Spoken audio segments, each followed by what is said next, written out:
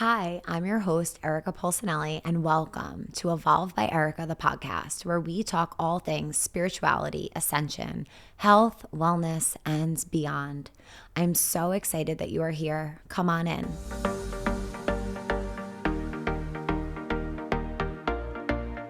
Hello, guys, and welcome back for another solo episode. These are my fave, as you know, and I hear from a lot of you guys, and you feel the same way. Feelings are mutual. I'm so happy to be here, and I wanted to talk about just some things that have been coming up for me, for other people around me, and this collective energy, and talk about the season that we're going into. So let's get started. First and foremost, I have felt recently, and other people have said this too, you may resonate, this energy of completion from 2020 and from our quarantine living and all that came with COVID times, and this rebirth into a new energy and a new cycle. And this is something I'm feeling intuitively, and I'm sure that our friends who are astrologers like Alice or Danielle can help make more sense out of this according to the stars. But what I find fascinating is when we work with the energy of the moons, when we align to the energy of our soul and the innate wisdom that lives within all of us, we become that astrologer from within. We become more in tune with the cycles that are going on in our planet and in the stars and in the cosmos above us. And this is just something that I'm feeling into, that a lot of others are feeling into too. And it's this energy of getting out more, of being in community, in person.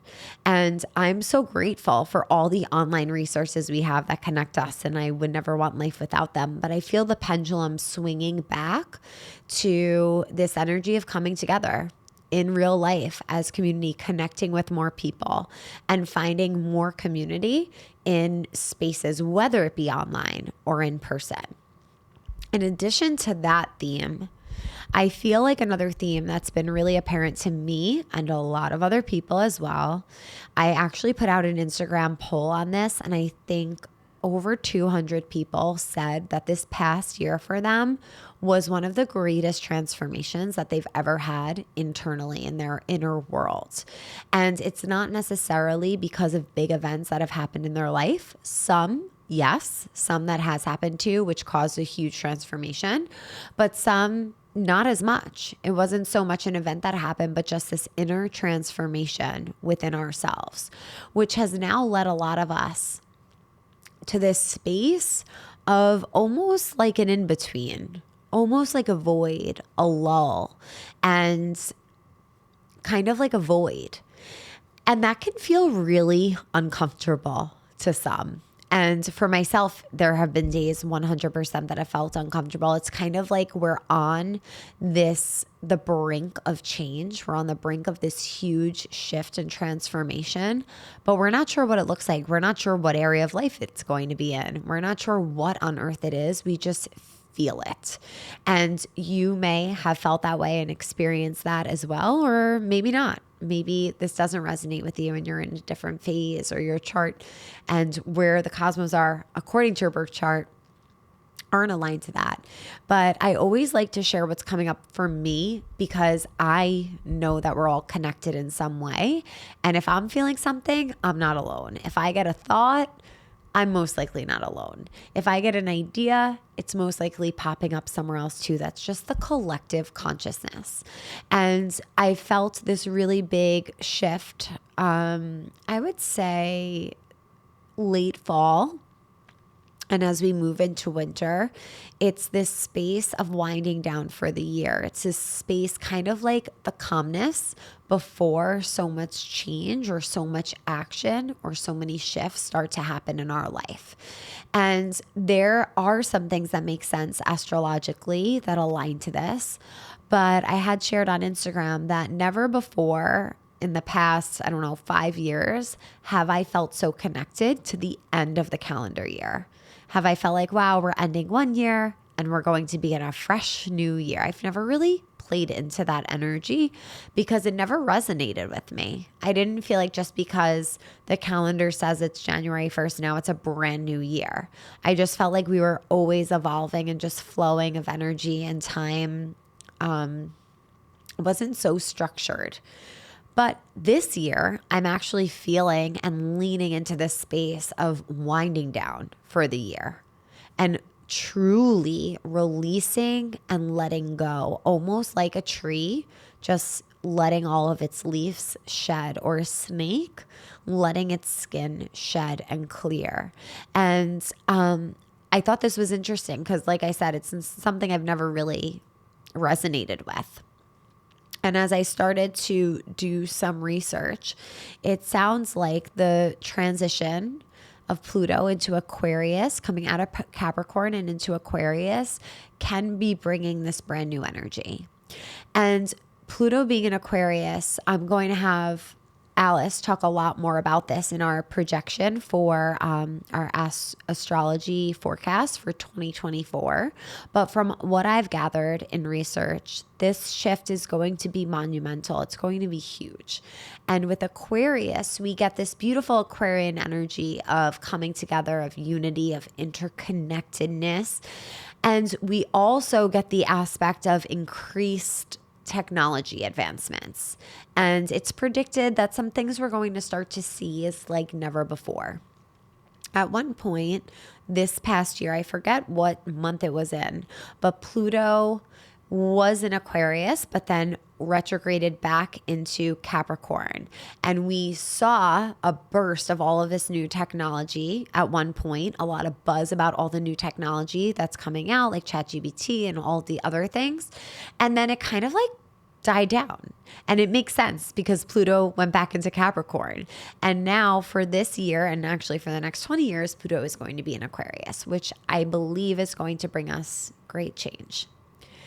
And with this, I think it's also something personal too, because I went through a really big life transformation and a new life cycle at age 35. I did a whole podcast on life cycles and how we go through a 7, 11, and 18-year life cycle. And every one of those brings a different lesson, a different theme, a different area to really grow and go deep within our soul.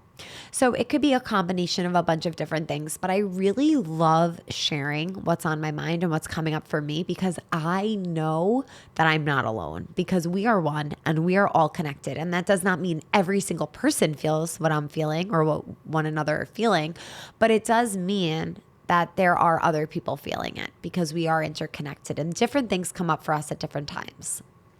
Another thing has been the difficulty of getting to the meditation mat and tuning in the way that I have in the past, and really getting up early in the morning, even if it feels super early after we change the clocks back, and being able to value that time and know all that it brings me. And in this phase of feeling like there's a pause or there's uncertainty or I'm not sure what's going to come next, the answer to me is always so clear, and it's going back to my roots. It's going back to my practice because that's where it's been my greatest guidance since the beginning, since 2017 when I started to live on this new trajectory of life through my meditation practice. So in times like this, even if I feel like the energy's winding down for the year and there's not much more to do and push and get out, I keep coming back to the importance of finding the stillness and the quiet and the silence within. And as we come up to the winter solstice on December 21st, that is the time where we meet lightness and darkness, where we go into the stage of hibernation, where we find more stillness, more silence, more quiet. And we go into hibernation in the aspect that maybe we're not doing as much, but we retreat within ourselves. We retreat within our home. We retreat within our family systems or our close group of friends. And we find more time for that. And it's this balance of light and dark. And through solstice, it's important to think about what we're shedding from this past year. What leaves are literally falling from us that are no longer serving us. We don't have to hold on to any of the baggage, any of the density, any of the old energy. What is it that we are shedding and completely releasing and letting go of so that we can give birth to something brand new, a whole new version of ourselves? So much space for so much more aligned energy. So much of the time, our present moment is created on our thoughts and beliefs of the past. And if we're not doing subconscious clearing work, if we're not gaining the awareness of ourselves, our thoughts, our actions, our words, we are going to continue to live out the same patterns. And that could mean the same patterns as the generations before us. That could be the same patterns that we came into this life doing, maybe patterns that we picked up in the last decade or two. But when we can take time to go within, to have silence, to have stillness, to observe, to have awareness, we're able to choose. We're able to see the spaces where we've kept ourselves small, and we're able to see what space we need to fill with more expansive energy. So I think the solstice is the time to recognize this, acknowledge this. What are you letting go of? What are you clearing, releasing? And what are you ready to bring in? And some of it you might not be consciously aware of. And that's where the work comes in, so that we could do some of that subconscious healing, so we could bring things that are so buried, that are so habitual to us, that are so automated on autopilot. We could bring that to the surface and observe ourselves in that action, in that thought form, in that limiting belief, and start to test and question and push ourselves outside of what has always been comfortable for us and come into a space that is new, that is clear, with so much new energy. And sometimes we could look at this through other people. I have a friend who has the most abundant mindset, and she has flourished financially because to her, there are no limits. To her, she could receive anything that she wants to. She could afford anything that she wants to. She can attract in anything that she wants to. And I've learned from her, looking and observing at her actions, how she talks to herself about her mindset in abundance or lack, how she talks to herself in the frequency of prosperity. And we could do that in any area of life. We could do that through what we're capable of physically, how strong our physical body is, how strong we are mentally, where we could get to in our career, what we're capable in our career, what we're capable of in our family or at our job or whatever it may be. In every area, we have the opportunity to expand. But in order to expand, we need awareness. And in order to have awareness, we need to be doing some type of work that helps us to observe our own self and to increase our own awareness. And I have, of course, experienced that through the practice that I practice and teach. There are other modalities too, and it's all about finding it for you, finding what works for you, and finding what pushes you to that next level of you. So as we honor the end of this year, this great pause, this silence, and this stillness, I hope that you can lean in so deeply to that, because every season serves a purpose, and wherever you are at this season is exactly where you are meant to be. So let's make a commitment and promise to ourselves within this community that we're going to observe and honor wherever we are and really bask in that, whether it feels super cozy or super uncomfortable, because it serves a purpose. We never know what is going to come through next. And maybe we need this pause. Maybe we need this relaxation. Maybe we need a little bit more stillness before all that's to come in 2024. So allow yourself that time to honor where you're at.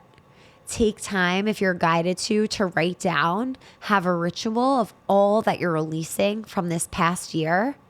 And you can do something where you write it all down and you burn it, or you can light a candle or burn sage or burn something as you do it. And then, of course, it's great to write intentions. What are you filling that space with? What do you wish to fill that space with?